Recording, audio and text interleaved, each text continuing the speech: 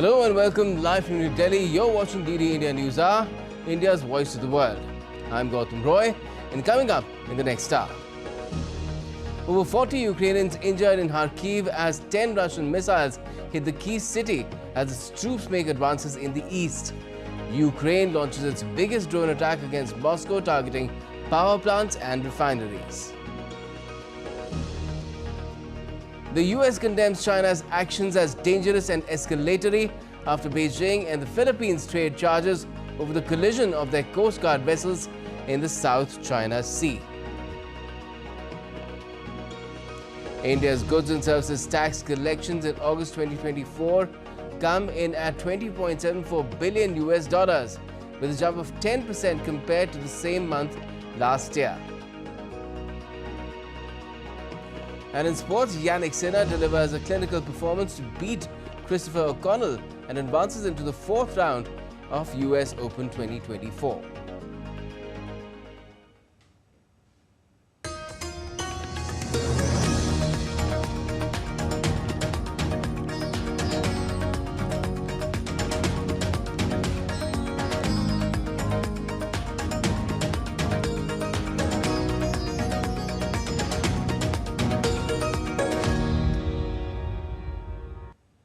First up, Israel's Prime Minister Benjamin Netanyahu has said whoever murders hostages does not want a deal. In a stern warning, he also vowed to settle the score with Hamas after Israeli military recovered the remains of 6 hostages from a Gaza tunnel.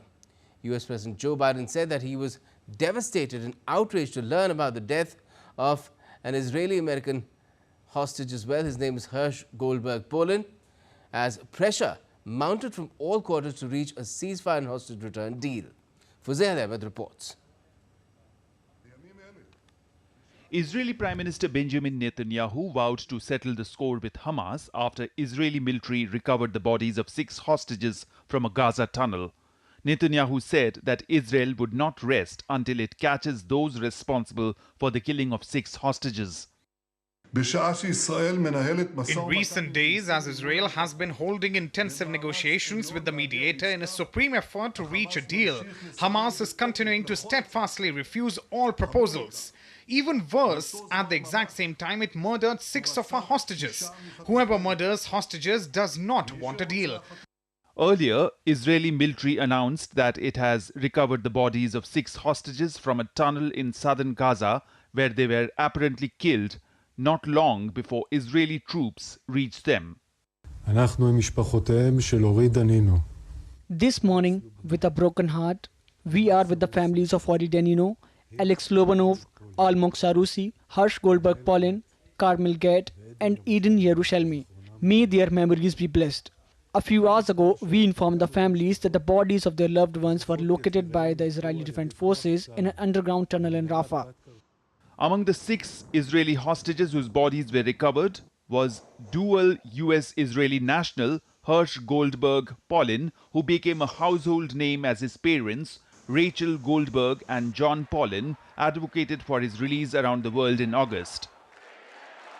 At this moment, 109 treasured human beings are being held hostage by Hamas in Gaza. Among the hostages are 8 American citizens. One of those Americans is our only son. His name is Hersh. White House issued a statement saying US President Joe Biden was devastated and outraged at the death of US hostage Hersh Goldberg Polin in Gaza. White House in a statement said that, "I am devastated and outraged. Hersh was among the innocents brutally attacked while attending a music festival for peace in Israel on October 7th. He lost his arm helping friends and strangers during Hamas' savage massacre." Israeli Prime Minister Benjamin Netanyahu is under pressure to reach a deal. On Sunday, Israeli protesters demonstrated against Benjamin Netanyahu in Jerusalem, calling for immediate ceasefire deal with Hamas. Earlier, US President Joe Biden expressed hope that parties are on the verge of reaching an agreement. When it's time this war ended, we should end this war at think we're on the verge of having an agreement. It's just time to end it. It's time to finish it. At least 3 Israelis were killed when their vehicle was fired on near the city of Hebron. Fuzail Ahmed reporting for DD India. Now, Israeli trade union has announced a general strike to pressure further to add more pressure for the hostage deal commencing from Monday at 6 a.m. local time. This will, of course, be joining the voice of many other people who've been also seeking that a hostage deal be reached as soon as possible. Right now, I am calling for a general total strike. It is not a simple matter to shut down the economy, and you know how much responsibility I have shown in the last 11 months. I call on all economic organizations in the state of Israel to join the strike. We must shout the cry of our beloved country. We must raise the cry of our hostages, our displaced, our dead. The state of Israel must be returned to normal. And the polio vaccination campaign has also officially started in the Gaza Strip during daily 8-hour pauses to facilitate a large-scale immunization effort. This campaign aims to reach 640,000 children. DD India's Rahul Upadhyay brings us more. United Nations agencies and local health officials in the Gaza Strip launched a campaign to vaccinate 640,000 children against polio. The campaign relies on daily 8-hour pauses in fighting between Israel and Hamas militants in specific areas of the besieged enclave. We are right now in the central cold storage, where we have received more than 1.2 million doses of NOPV2 vaccine, and approximately 400,000 doses are en route. These doses have been maintained in the cold chain, and these will be transported to the various distribution points in the middle area. The war has disrupted routine vaccinations and destroyed medical facilities, allowing the return of the highly infectious and deadly disease. On Sunday, the crowds of Gazan parents and their children queued at Yafa Hospital and the clinic of the United Nations Palestinian Refugee Agency UNRWA in Dar e Bala to receive polio vaccination. I came to the UNRWA clinic today to vaccinate my daughters against polio. And God willing, we won't see any more diseases other than the diseases we are already experiencing. I hope we will go back to our homes safe and sound. During his weekly Angelus prayer from St. Peter's Square, Pope Francis also spoke about conflict in Palestine and expressed concerns over the spread of polio in Gaza. My thoughts to the conflict in Palestine and Israel, which risk spreading to other Palestinian cities. I appeal not to stop the negotiation and to cease fire immediately, release the hostages and rescue the population in Gaza, where many diseases, including polio, are also spreading. The vaccination campaign of children in Gaza comes after Gaza recorded its first case of polio in over 2 decades, when a baby was partially paralyzed by the type 2 polio virus. World Health Organization officials say at least 90% of the children need to be vaccinated twice, with 4 weeks between doses for the campaign to succeed. But it faces huge challenges in Gaza, which has been largely destroyed by nearly 11 months of conflict. Rahul Upadhyay's report for DD India. And now let's get you updates from the Russia-Ukraine battlefield as well. On Sunday, Russia launched nearly 10 missiles at the northeastern Ukrainian city of Kharkiv, injuring 41 people, including 5 children. Images released by Ukrainian emergency services captured firefighters battling the aftermath of the Russian strike in Kharkiv. According to Russian authorities, the attack focused on civilian infrastructure, causing damage to a post office, several shops, a sports complex, a shopping center, and several vehicles. And Ukraine also launched waves of drone attacks targeting power plants and a refinery near Moscow, sparking fires, while more than 150 drones were destroyed across other parts of the country. Drone debris caused fires at the Moscow oil refinery and at the Konakovo power station in the neighboring Tver region, one of the largest energy producers in central Russia. Russia's defense ministry said its air defense units had destroyed 158 drones launched by Ukraine overnight, including 9 over Moscow and its surrounding region. Moscow's mayor said several drones targeted the Moscow refinery and caused a fire at a separate technical room at the plant. State news agency TASS later quoted emergency services as saying the blaze had been contained. Now, in the US, Republican presidential candidate Donald Trump's much publicized and controversial visit to a part of the revered Arlington National Cemetery where no cameras are supposed to go raised more storm and dust over the weekend. His Democratic rival and US Vice President Kamala Harris finally condemned his move, saying the former president is unable to comprehend anything other than service to himself. The Trump campaign has been hard-pressed to defend its point of view on the visit. DD India's Mihir Mekuri has more. As the days go by, the US election campaign is increasingly intensifying, with candidates launching sharper attacks on one another. On Saturday, Democratic presidential nominee Kamala Harris condemned Republican rival Donald Trump's visit to Arlington National Cemetery, labeling it a disrespectful political stunt.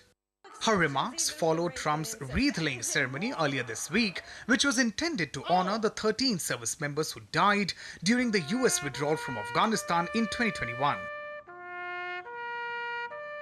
But the visuals of his visit were later featured in Trump's campaign footage, sparking significant controversy. Following Harris's comments, Trump highlighted the support of parents of US service members who died during the Afghanistan withdrawal. On social media platform Truth Social, Trump shared videos where these parents praised him and sharply criticized Kamala Harris and President Joe Biden. Kamala, your statement is nothing more than a political spin to help you look better in your presidential campaign against Donald Trump. You have never walked a single day in our shoes. Our kids were murdered because of your administration, and you are partly to blame for that as well. Addressing another significant issue affecting American youth, the use of marijuana, which remains legal in some form in nearly 40 states, Trump voiced his support for its decriminalization on Saturday. He argued that taxpayer dollars should not be wasted on arresting individuals carrying personal amounts of the substance. And a month after taking exit from the 2024 US presidential race, Biden received praise from longtime Democrat and Hollywood actor George Clooney for his withdrawal. Clooney described Biden as selfless, comparing him to George Washington. The person who should be applauded is the president who did the most selfless thing that anybody's done since George Washington. And that's true. And so anybody, all the machinations that got us there, that's all, none of that's going to be remembered. And it shouldn't be. All eyes are now on this month's second presidential debate, where both the candidates will present their perspectives on key issues before the American public. Mihir Mekuri reporting for DD India. And still to come on DD India News are extreme weather events ranging from India to Japan to Sudan take a heavy toll on lives of people and infrastructure. Poland marks the 85th anniversary of the outbreak of the Second World War as well.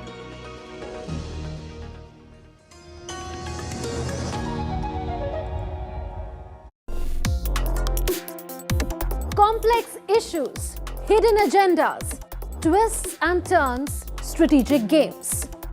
We think all dots are linked. We just need to connect them. Join me every week as I connect the dots to unravel hidden designs in statecraft, mysteries, and decode issues that matter to you. Watch Connecting the Dots with me at these times on DD India.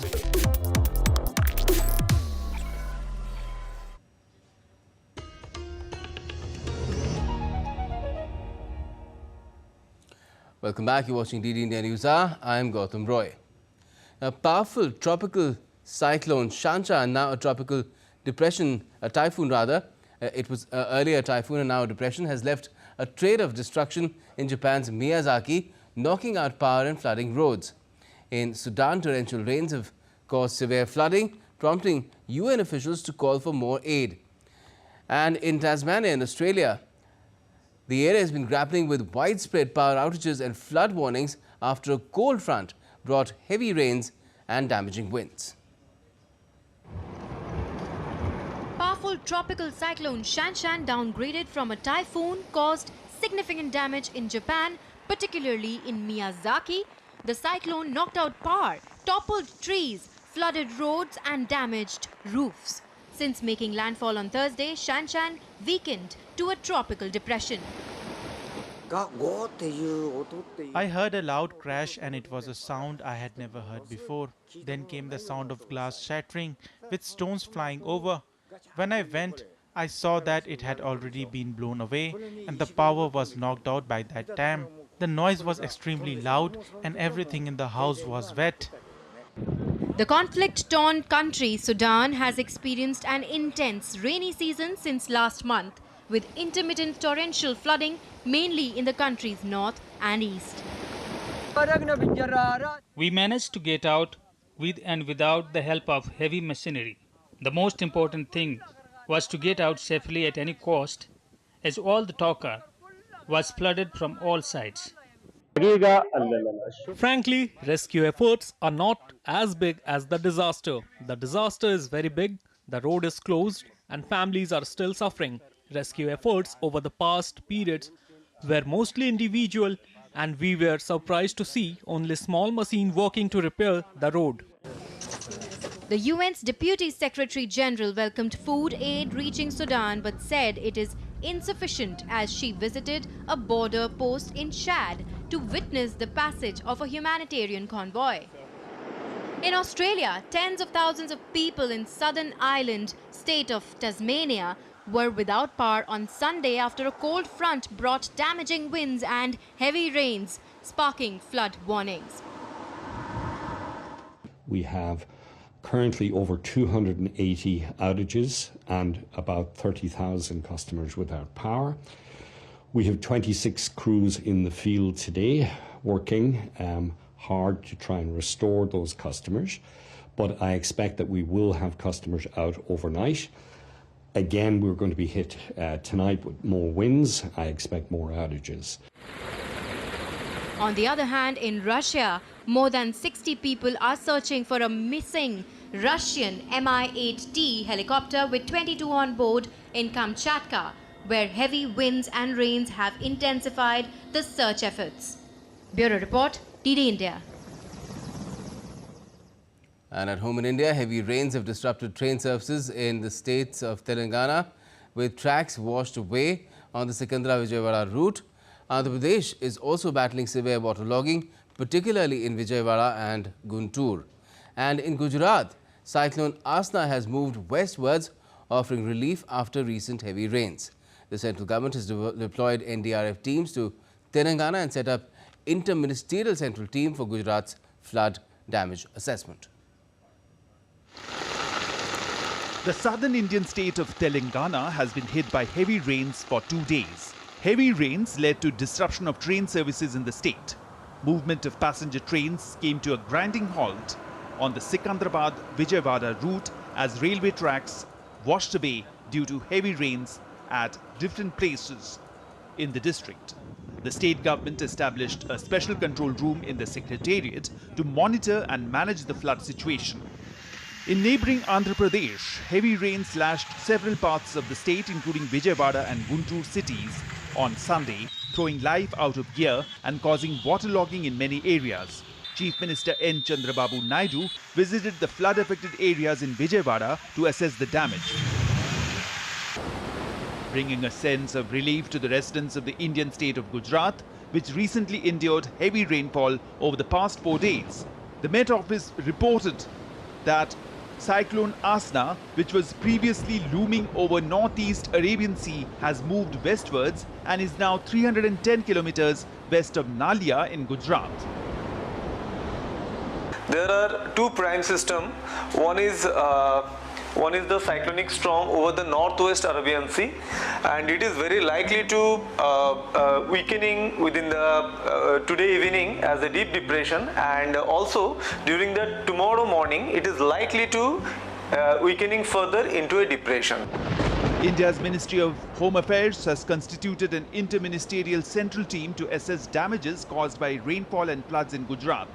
IMCT will shortly visit the flood-affected districts of the state. Meanwhile, the monsoon's extended stretch continues in northeastern state of Assam, bringing with it persistent waterlogging issues. On Sunday, familiar scenes unfolded in Guwahati as heavy overnight rainfall left several roads inundated. Chandmari, Rajgarh, Zoo Road, Rukminigao and Beltola in Guwahati, among others, the frequent hotspots experienced severe waterlogging, grinding traffic to a halt and leaving commuters stranded. With bureau inputs, Rabindra Chauhan's report for DD India. Let's get you more on this. DD India's Suprasanti has joined us live from Hyderabad. Good evening, Suprasanti. Now, first of all, could you elaborate on the kind of challenges which have emerged due to the bad weather in both Telangana and Andhra Pradesh and the steps taken to tackle them? Yes, Gautam, the situation is really bad in Telangana, which has been experiencing continuous rains for the last 2 days due to depression in the Bay of Bengal. The situation is really grim in some districts like Khammam, where more than 100 villages were cut off from other areas, and people were seen here reaching their rooftops to save themselves from the flood water. A helicopter is also being procured to save them in this district. But compared to yesterday there was extreme heavy to very heavy rain in several parts of the state. But today there is a bit relief. There was only a heavy rain in several parts, but there was no extreme heavy rain. But still, the government machinery has been put on high alert, and Chief Minister Revanth Reddy has asked CS Shanti Kumari to take all measures to ensure that there is no loss of lives and also there is no damage to the property. But today we have seen some places, especially there is no connectivity between the Telugu states because flood water has reached on the National Highway 65. That is the road which connects Vijayawada and Hyderabad. So several people, passengers, were stranded on either side of either side of the places, and they were stranded in their vehicles. The situation is grim in other places like Suryapet and Mahbubabad also, where a large number of villages were affected, and district ministers were asked to go to the field level and they were to monitor the situation. The leaves were cancelled to all the senior officials, and they were at the ground level to see that nothing, no untoward incident happens. So far, there's one person died and 2-3 people were feared washed away in the overflowing rivers and streams. And the government has issued flood risk warning to 19 districts where there has been a continuous rains.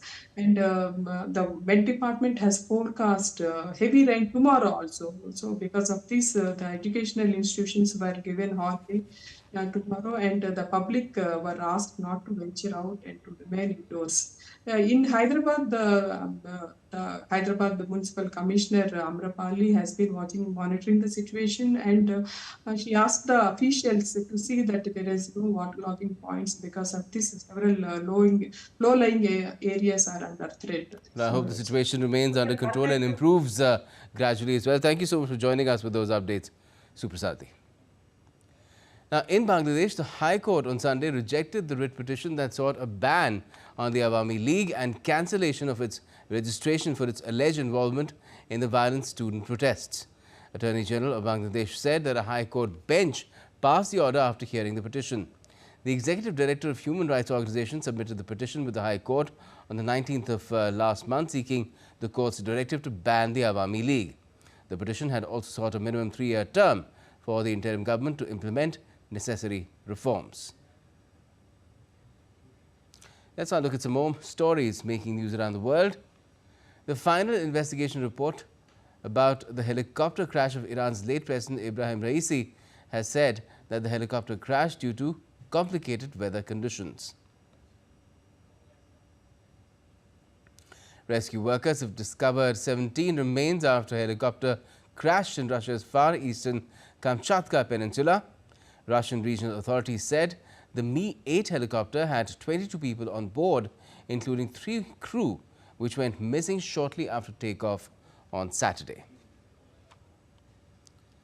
Qatar's energy minister has announced a new solar power plant named as Dukhan Solar Plant, which will boost the Gulf Emirates' renewable energy capacity by a further 2 gigawatts by 2030.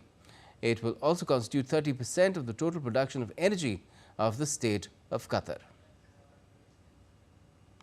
Hollywood star Brad Pitt, along with his co-star George Clooney, made an entrance at the 81st Venice Film Festival, igniting fans' excitement at the premiere of their new action comedy, Wolves.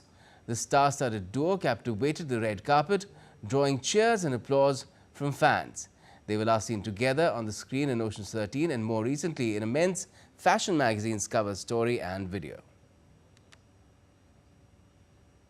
Poland marked the 85th anniversary of the outbreak of the Second World War with a ceremony at Wejlun, which was the first Polish town to be bombed by the Nazis on the 1st of September back in 1939. And still to come on DD India News Hour. India's president unveils the new insignia and flag of the Supreme Court of India. And the prototype version of the semi-high-speed Vande Bharat sleeper coach unveiled in India's Bengaluru.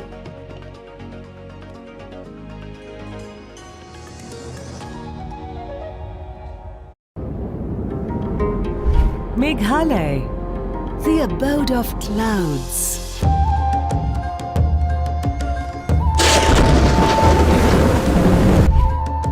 A land so enchanting. It makes time stand still. With a distinctive and ethnic culture. And vibrant tribal folklore.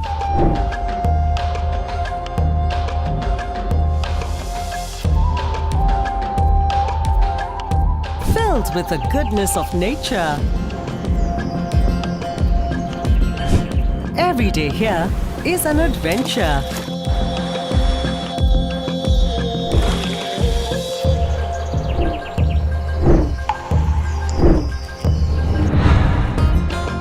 Home to music,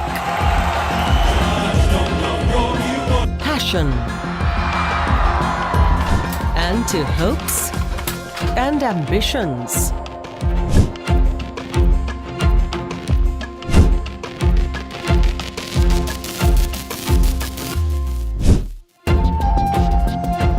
Welcome to the magical land of Meghalaya.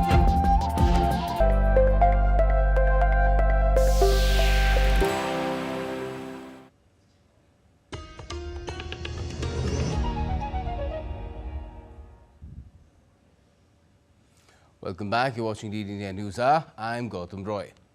Now, over 40 Ukrainians injured in Kharkiv as 10 Russian missiles hit the key city as its troops make advances in the east. Ukraine launches its biggest drone attack against Moscow, targeting power plants and refineries. The US condemns China's actions as dangerous and escalatory after Beijing and the Philippines trade charges over the collision of their Coast Guard vessels in the South China Sea. And India's goods and services tax collections in August 2024 come in at $20.74 billion, with a jump of 10% compared to the same month last year.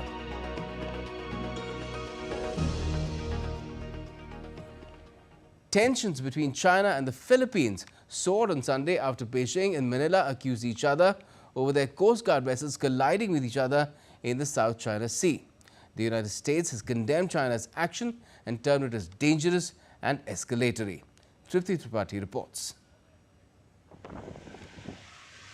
The images of ships colliding at sea tell the story of deteriorating relations between China and the Philippines. This latest confrontation occurred at the disputed Sabina Shoal, a new flashpoint in the long-standing maritime disputes between the two nations. China and the Philippines traded accusations against each other over the incident. Beijing claims a Philippine Coast Guard vessel intentionally collided with the Chinese ship, while Manila alleges that China deliberately rammed the BRP Teresa Magbanua 3 times. They are seeing this as a semi-grounded or a possible place for creating a forward deployment base. So as far as the Chinese Coast Guard is concerned, these are their different appreciation of our deployment for Teresa Magbanua. But as I said, for the Philippine Coast Guard, the reason and objective of the deployment of Teresa Magbanua is only purely for us to carry out a legal, legitimate Coast Guard operation within our own exclusive economic zone. The latest confrontation triggered reactions from the United States. White House condemned China's dangerous and escalatory actions against what it described as lawful Philippine maritime operations in the South China Sea.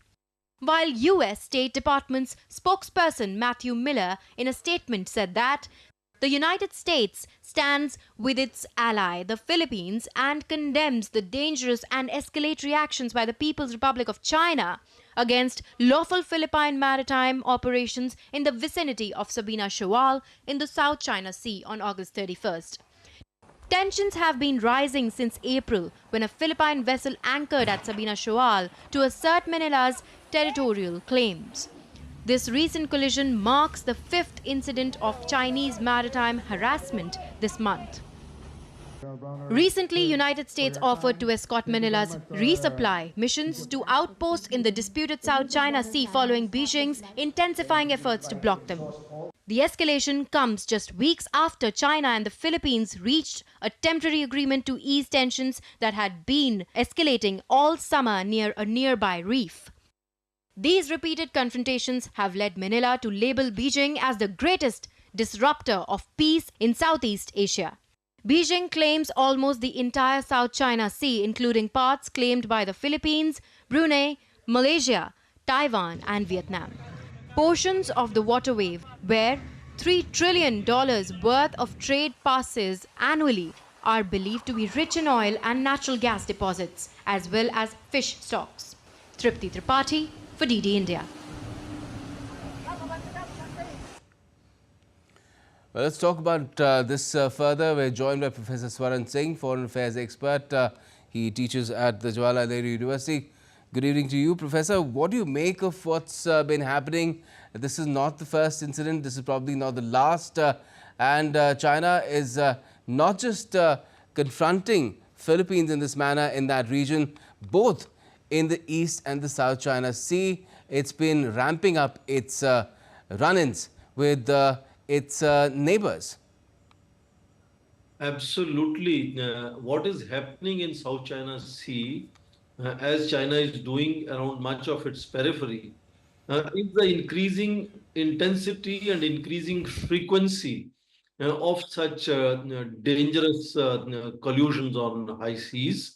It does not care for international law anymore. 2016 Permanent Court of Arbitration judgment it had neglected and defied. China is also incidentally signatory of something called Convention on International Regulations for Prevention of Collusions on Seas. But obviously we have seen, as your report said, with almost all its neighbors around South China Sea, whether it is Japan, Vietnam and Philippines much more often, starting from October last year to April this year, in last 2 weeks, 3 times. There have been such adventurous gestures, including collusions, which I think is a matter of great concern for, shipping is increasing around the world, and the safety of sea lanes is very significant. And what China has done over a period of time is that it has turned in small reefs and shoals into artificial islands, and that is how it keeps extending its claim for what is United Nations Convention on Law of Sea says, 200 nautical miles EEZ, which is exclusive economic zone. Now the territory, the shoal that is we are discussing today is about 630 miles from China's coast, which is much closer, About 1,200 kilometers. So it's that is which is difficult to understand, because it keeps extending its control on parasols and spratlys, and because it has control on Mischief Reef, it also now seeks to control much of the other smaller shoals and reefs which are relatively close to Philippines.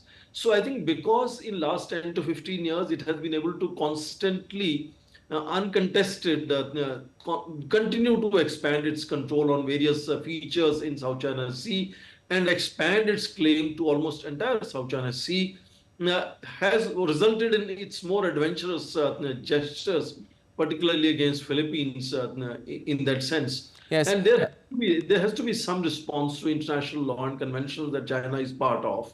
And I think international community, UN and other bodies must intervene and ensure that China follows international norms. Well, China has already rejected the verdict on the South China Sea in the past.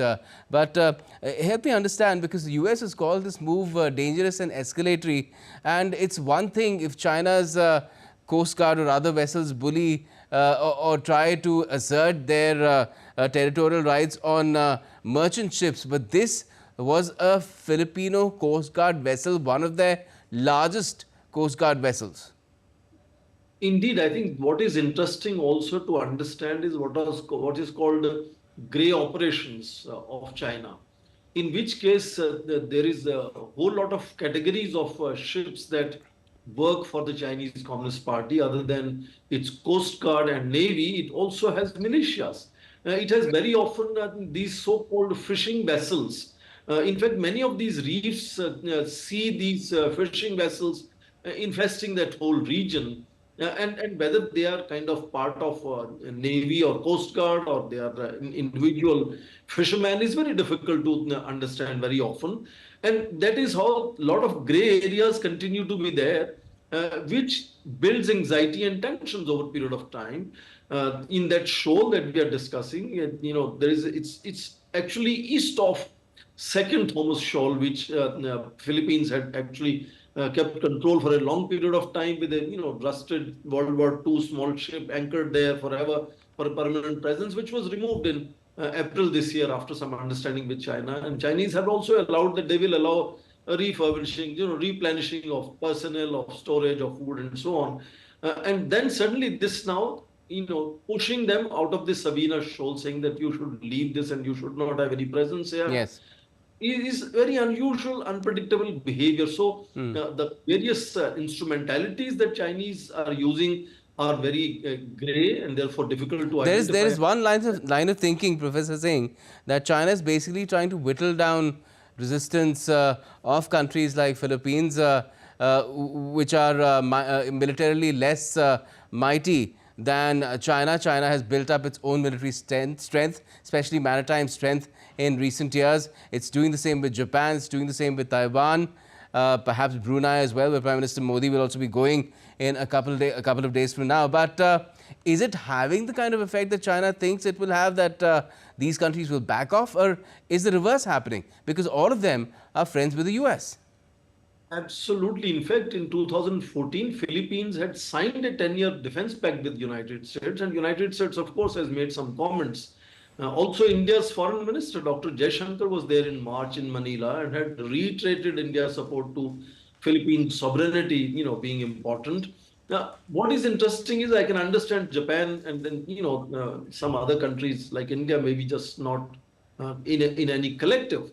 But 4 of these countries, Philippines, Brunei, Malaysia, and Vietnam, they are part of ASEAN. ASEAN, for some reason, has never been able to collectively stand against China.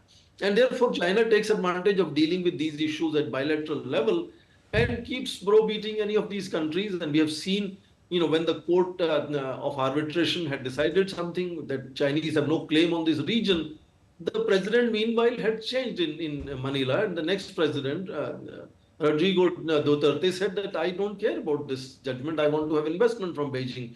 So because they're able to incentivize and engage at bilateral level, I think that has also emboldened Chinese, because compared to any of these individual countries, China is much stronger, definitely. And because incrementally it has built its presence. I mean, they have surface-to-air missiles deployed in paracels in Budi Islands, for example, for several years now. And that kind of militarization of South China Sea, which has a great, traffic of ships, both civilian and military. In fact, more than $3 to $4 trillion of trade crosses through these sea lanes of communication here. And that is a concern for not just these countries that are kind of target of Chinese assertions and force projections, but for the entire region in that sense. So I don't understand why ASEAN should not be the first to combine, and ASEAN should bring other stakeholders like Japan, Russia, India into it, and create a collective kind of pressure on China to at least follow the conventions that it is signatory to. And therefore, I think it's very dangerous to start this new trend of collusion. And this, as I started saying, China's this whole style of collusion has seen much more frequency and intensity over years. And that, I think, is very dangerous. And sometimes things could really go out of hand in that sense, Well, let's see. Let's see if ASEAN learns a lesson from Australia's example. As long as it kept on giving in to China's wishes and bullying, it was bullied further. But now Australia has sort of taken a different stance with so many measures that have been undertaken in recent years, including AUKUS. So we'll have to wait and see if something of that sort takes place where ASEAN is concerned. But for the moment, thank you for joining us, Professor Swaran Singh. Now, for Russia, it was a black day, the 1st of September, which marks the 20th anniversary of the Beslan school siege, in which more than 330 hostages lost their lives, including at least 180 children. The three-day crisis came to an end when terrorists took more than 1,000 hostages in the small southern Russian town on the first day of the school year. Relatives of the victims of the Beslan school siege gathered on Sunday to pay tribute at the ruins of the school and to those who lost their lives in one of the deadliest terror attacks in Russia. Now, back home, India's President Draupadi Murmu has addressed the valedictory function of the National Conference of District Judiciary in New Delhi. The President said that reducing pendency of cases is a big challenge facing the Indian judiciary. She called on all stakeholders to come together and find solutions to address the backlog of cases. मुकदमे की pendency और backlog न्यायपालिका के समक्ष बहुत बड़ी चुनौती है। इस समस्या को प्राथमिकता देकर सभी हितधारकों को समाधान निकालना है। मुझे ये जानकर प्रसन्नता हुई है कि इस सम्मेलन के एक सत्र में केस मैनेजमेंट से जुड़े कई आयामों पर चर्चा हुई है। The President also unveiled the new flag and insignia of the Supreme Court of India on this occasion.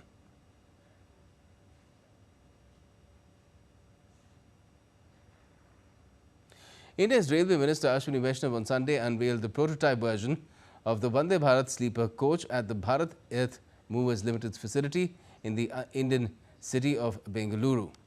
The Rail Minister also laid the foundation stone for a new Vande Bharat manufacturing facility on the Bemal premises. He also laid the foundation stone for a new hangar facility spanning 9.2 acres near Bemal's Bengaluru complex in the southern Indian state of Karnataka. Earlier, the Indian Railway Minister conducted an inspection of the Vande Bharat Express train sleeper coach. On Sunday, the inspection was conducted at Bharat Earth Movers Limited, railway transportation company in Bengaluru city. The minister said that the passenger operation of Vande Bharat sleeper coach is expected in the next 3 months. Goods and services tax collections in August in gross terms were at 1.74 lakh crore rupees, or around $20.74 billion, with a yearly jump of 10%. The surge in recent GST collections reflects a positive trajectory for the Indian economy, underscoring robust domestic consumption and buoyant import activity. The figures bode well for the country's fiscal health and economic recovery efforts, signaling resilience amidst global uncertainties. And DD India's Ajay Mishra now joins us live for more on this. Good evening to you, Ajay. Now, how significant is this year-on-year rise in GST collections, and is it in tune with other government receipts as well? Good evening, Gautam. I think these numbers are very good numbers in terms of the recent GDP growth that we have seen, and it is the consumption which is leading to this rise in the GST collection, despite the global issues, as you have just mentioned. Our experts are not, rising as they were rising before. But if you look at the overall GST numbers, they have been very impressive, and a growth of 10% over the previous year. The same month of August just shows that the tax buoyancy is there. You remember that when GST collection crossed 2 lakh crore mark in April 2024, the finance minister said that the tax buoyancy, which is the relation between GDP and the tax collection, especially the GST collection in this particular scenario, has been 1.22%, which is pretty impressive. You may recall that the GST was rolled out in July 2017, and in less than 7 years, the GST collection have almost doubled or more than doubled, you can say. In April 2018, it was 1 lakh crore. Now the average GST collection per month is 1.75 lakh crore. So that's pretty good, and it proves that the consumption story of India is here to stay. And this is the consumption power which is leading to this rise in the GST collection, as also evident in the recent GDP numbers. Though there is slight decline in the GDP numbers, and you can also have some decline in the GST collection as well. But as the festive season is likely to come up, it is expected that the GST collections are going to rise from here also. Right. Ajay, then because there's a case also being made for rationalization of GST rates and perhaps reducing the different slabs that are there as far as GST is concerned, would the government and the council, the GST council, which has all parties, different state governments run by different political parties on board, would they be in a position to take a call on it now? I think that is one thing that everybody is waiting for. There is a group of ministers constituted on the rate rationalization, and in the next GST Council meeting, it is going to be proposed, I understand, that the rates as of today stands at five kind of rates that might be bring down to just 3 rates, and this rate rationalization will simplify the GST architecture, and we have seen the compliance of GST has been on the rise, and that's what is being evident in the monthly GST collection. So from 1 lakh average monthly GST to 1.5 lakh and now to 1.75 lakh is a very significant milestone. And you also have that now the center do not have to pay the compensation for the states, and states' revenues are also getting strengthened in the recent month, as you can also see the recent GST numbers. The SGST, the state GST, is more than the central GST, and almost 42% of the whole tax collection is going to the states. So states are also benefiting, but it is a collective game being played by the center and the states, which is going to make the India growth story stronger in the days to come. And it expected that the festive seasons coming in the next few months, especially October to December quarter, the GST collections are going to be pretty high, and these rationalizations that you have just mentioned are going to play a very, very positive role in the GST collections in the months ahead. Right. Ajay, let's hope that things move forward in that direction as well. Thanks a lot for joining us for the moment. Now let's take a look at some other stories making news as well. Now, for the first time since independence, a 3-kilometer road is being constructed in Topi Pir village of Jammu and Kashmir. That's being done by the Indian Army, adopted under its Operation Sadbhavna to boost connectivity with the village. Delhi Environment Minister Gopal Rai has said that there's been 45% reduction in pollution, giving credit to Aam Aadmi Party's action plan of providing 24/7 electricity, bringing 2,000 electric buses and planting more trees, which has resulted in this reduced pollution. One woman has been rescued after a car plunged into a river at St. Estevam in North Goa. Another passenger is missing. Fire and emergency services and a diver from the Indian Navy have started a search mission to trace this missing person.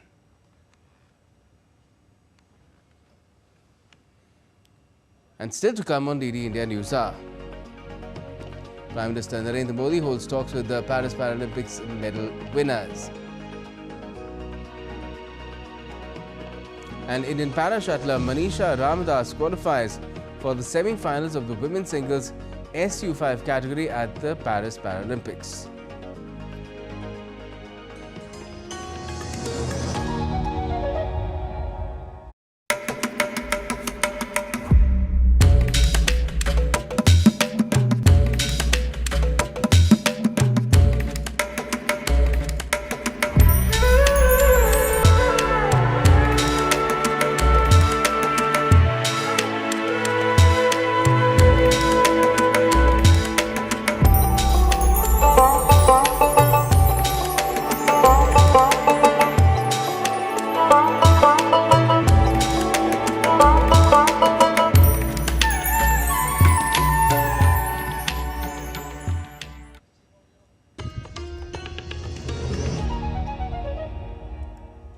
Welcome back. You're watching DD India News Hour. I'm Gautam Roy, and time now to get you the sporting updates as well.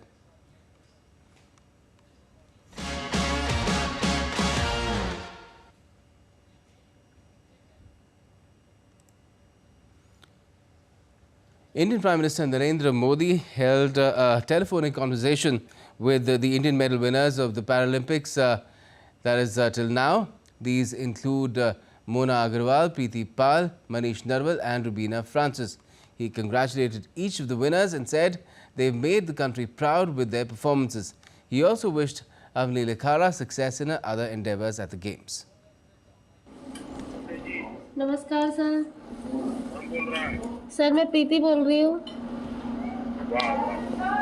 आप सब कैसे हैं? Sir हम बहुत अच्छे हैं sir. बहुत बहुत धन्यवाद, आपने हमें बधाई देने के लिए कॉल किया है। जी सर। पैरा ओलंपिक्स में मेडल जीतने के लिए आप सभी को बहुत बहुत बधाई। जी थैंक यू सर। हिंदुस्तान के तिरंगे को फहराया, भारत की शान को बढ़ाया है। जी सर। बहुत कम लोगों को पता होता है इतनी शारीरिक तकलीफों के बावजूद भी अगर उत्तम निर्धार हो तो कैसा पराक्रम किया जाता है वो आप लोगों ने दिखाया है। जी सर। देशवासियों को आपकी इन उपलब्धियों पर बहुत गर्व है। आज वैसे मैं अवनी को भी बधाई देना चाहता था, लेकिन उन्हें और इवेंट में हिस्सा लेना है, बाकी है, इसलिए वो अभी हमारे साथ बड़ी है। उनकी सफलता से भी पूरा देश झूम उठा, सब लोग गर्व अनुभव करते। जी सर। आप पंचरत्न कमाल कर रहे हैं अभी तो। जी सर। मैं आपसे सुनना चाहूँगा, बताइए क्या कहना चाहते हैं आप लोग, वहाँ कैसा लग रहा है, व्यवस्थाएं वगैरह कैसी हैं और गोल क्या है सबका? सर बहुत अच्छा लग रहा है सर। मेरा सपना था कि अपने देश का तिरंगा किसी और देश में लहराना है और ये मेरा सपना पूरा हो गया है सर। अभी तो यकीन भी नहीं हो रहा है खुद पे भी। घर में बात हुई प्रीति तो क्या हुआ? जी सर, सब को बहुत खुशी हो रही है। सब मतलब रो रहे हैं कि ये बहुत अच्छा हो गया, हमें तो यकीन ही नहीं था। और अपना पीसीआई और साई वाले, खेलो इंडिया वाले, ओजीक्यू वाले सर हमें बहुत सपोर्ट कर रहे हैं। देखिए ये सितंबर में आपका जन्मदिन। जी सर। जी 22 सितंबर को इस बार आप बड़े शान से अपना जन्मदिन बनाइए। जी बिल्कुल सर, अपना जन्मदिन बनाऊंगी सर बहुत अच्छे से। And now let's take a look at the updates from day 4 of the ongoing Paris Paralympic Games 2024. Indian para shuttler Manisha Ramadas qualified for the semi-finals of the women's singles SU5 category Ramadas won in straight games 21-13, 21-16 against Mamiko Toyoda of Japan. Parachattler Mandeep Kaur lost to Nigeria's Mariam Eniola Bolaji in straight sets in a women's singles SL3 group event on Sunday. The Indian shuttler just failed to match the intensity as Mariam produced a stellar performance to win 21-8 and 21-9 in just 23 minutes. Another Indian shuttler, Palak Kohli, suffered 19-21 and 15-21 defeat to Khalimatus Sadia in women's singles SL4 quarterfinal and crashed out from the competition. Palak did put up a fight but failed to get over the line against Sadia, who was just a notch better than her in the clash. Tennis now, and Jannik Sinner delivered a clinical performance to defeat Christopher O'Connell and advanced into the fourth round of the US Open 2024 on Saturday. Sinner won the match 6-1, 6-4, 6-2 to continue his fine run at the Flushing Meadows on Saturday. The dominance of Sinner was evident as he broke O'Connell twice and claimed a 5-0 lead in the first set. Sinner made no mistakes with his serving in the final set as he finished the match in 1 hour and 53 minutes to move to the fourth round. Sinner will now face either Gabriel Diallo or Tommy Paul. And that's all we have for this edition of DD India News Hour. Let us know your thoughts on the news of the day.